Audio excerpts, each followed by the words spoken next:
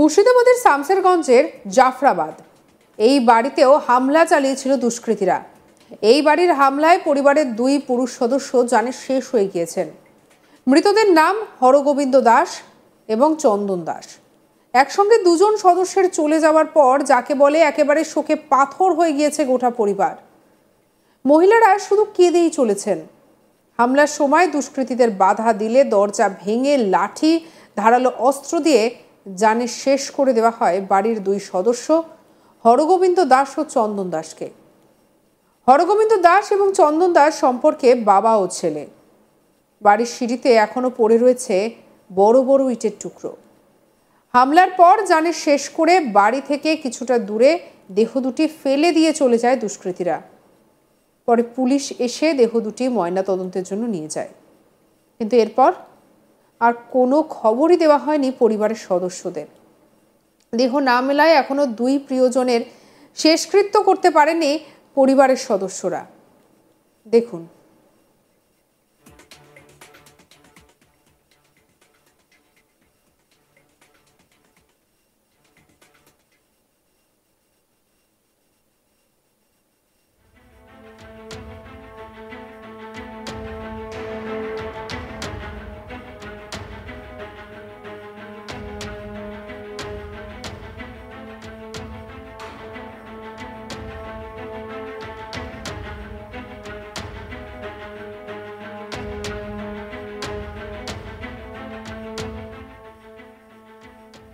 ওই বাড়ির আত্মীয় চিরঞ্জিত কুমার দাস কি বলছেন শোনাবো।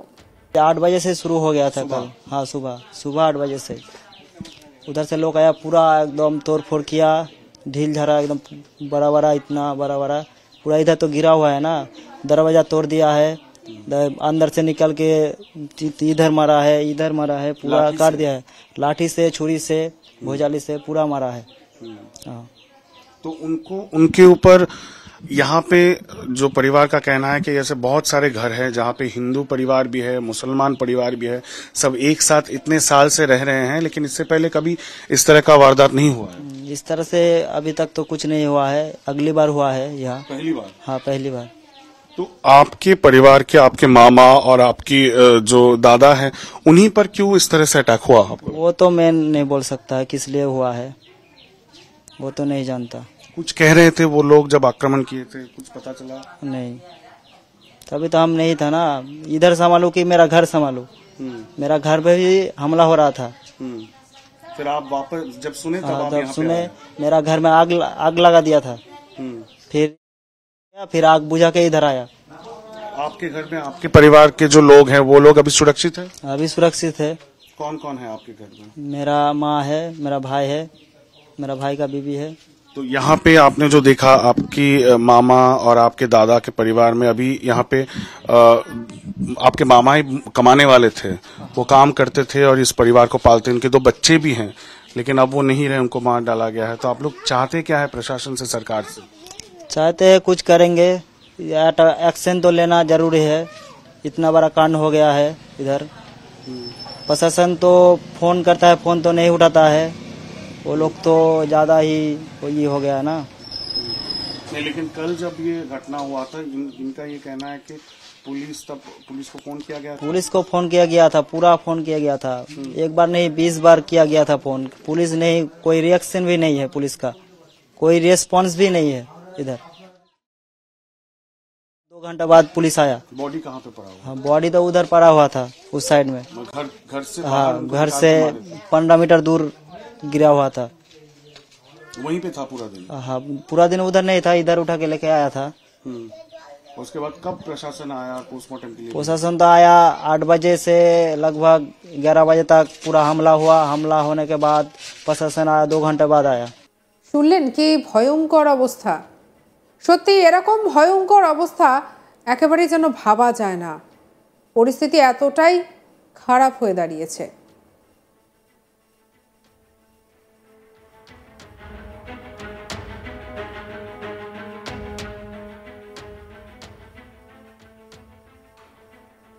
চলুন এই পুরো বিষয়টা নিয়ে আজ তাকের এডিটর ইন্দ্রজিৎ কুণ্ডু ঠিকই বলেছেন, শুনবো। মুর্শিদাবাদ হিংসার যে নগ্ন চিত্র এই মুহূর্তে আমাদের ক্যামেরাতে উঠে আসছে সেটাই আপনাদের সামনে আমরা তুলে ধরবো আজ তাক বাংলার পর্দায়। আমরা বিগত 48 ঘন্টা ধরে মুর্শিদাবাদে যে ধরনের হিংসা এই মুহূর্তে হচ্ছে সেটাই আপনাদের সামনে তুলে ধরছি বারবার বিভিন্ন এলাকায়।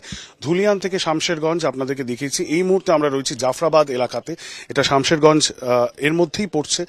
এবং গতকাল শুক্রবারের যে ঘটনা, সেই ঘটনা নিয়ে যখন পুরো মুর্শিদাবাদ এবং রাজ্য রাজনীতি উত্তপ্ত এবং বারবার প্রশাসনের ওপর প্রশ্ন আসছে, পুলিশের ওপর প্রশ্ন আসছে তারা কি ধরনের অ্যাকশন নিচ্ছিলেন, এই পুরো বিষয়টা হওয়ার মাঝখানেই গতকাল আবার মানে শনিবার একটি আক্রমণ সংঘটিত হয় জাফরাবাদ। এই যে গ্রাম, সেই গ্রামে আমরা এই মুহূর্তে রয়েছে হরগোবিন্দ দাস এবং চন্দন দাসের পরিবার এবং তাদের বাড়ির সামনে, এবং বাড়ি দেখলেই আপনারা বুঝতে পারবেন এই মুহূর্তে কি অবস্থা। হরগোবিন্দ দাস এবং চন্দন দাস তাদেরকে বাড়ি থেকে বের করে টেনে এনে কুপিয়ে খুন করার অভিযোগ রয়েছে।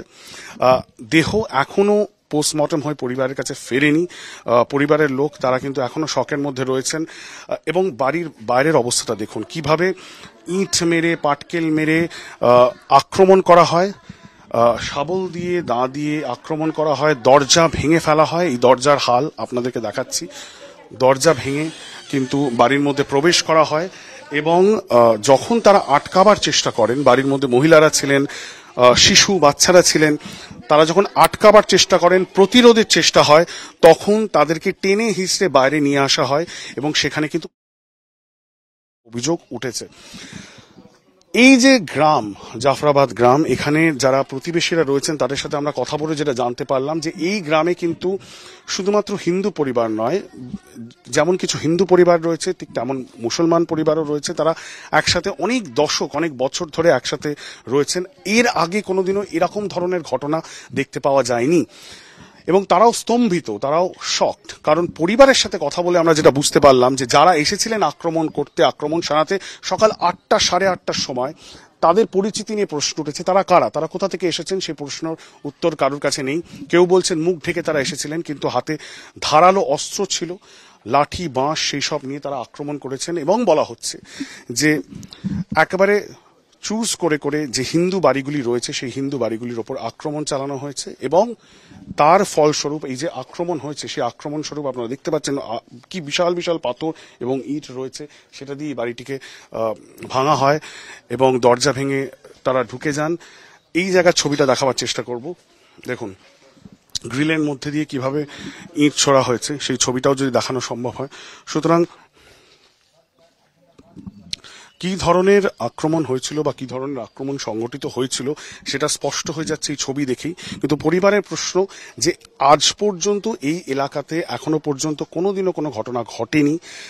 শান্ত একটি এলাকা যেখানে দুটো সম্প্রদায় যথেষ্ট শান্তির সাথে একসাথে সহাবস্থান করেছেন এত বছর ধরে, হঠাৎ কি এমন হলো এই ওয়াকফ বিলের বিরোধ প্রতিরোধ যাই বলুন না কেন সেটা এতটাই হিংসাত্মক হয়ে গেল তার আন্দোলন যে এইভাবে একটি গ্রামের মধ্যে কিছু মানুষ, কিছু দুষ্কৃতকারী তারা ঢুকে পড়লেন এবং একেবারে বেছে বেছে যে হিন্দু পরিবার তাদের উপর এই ধরনের আক্রমণ সংগঠিত করা হলো, যার ফলস্বরূপ মুর্শিদাবাদের এই ঘটনায় কিন্তু এখন দুজন মানুষের প্রাণহানি পর্যন্ত হলো।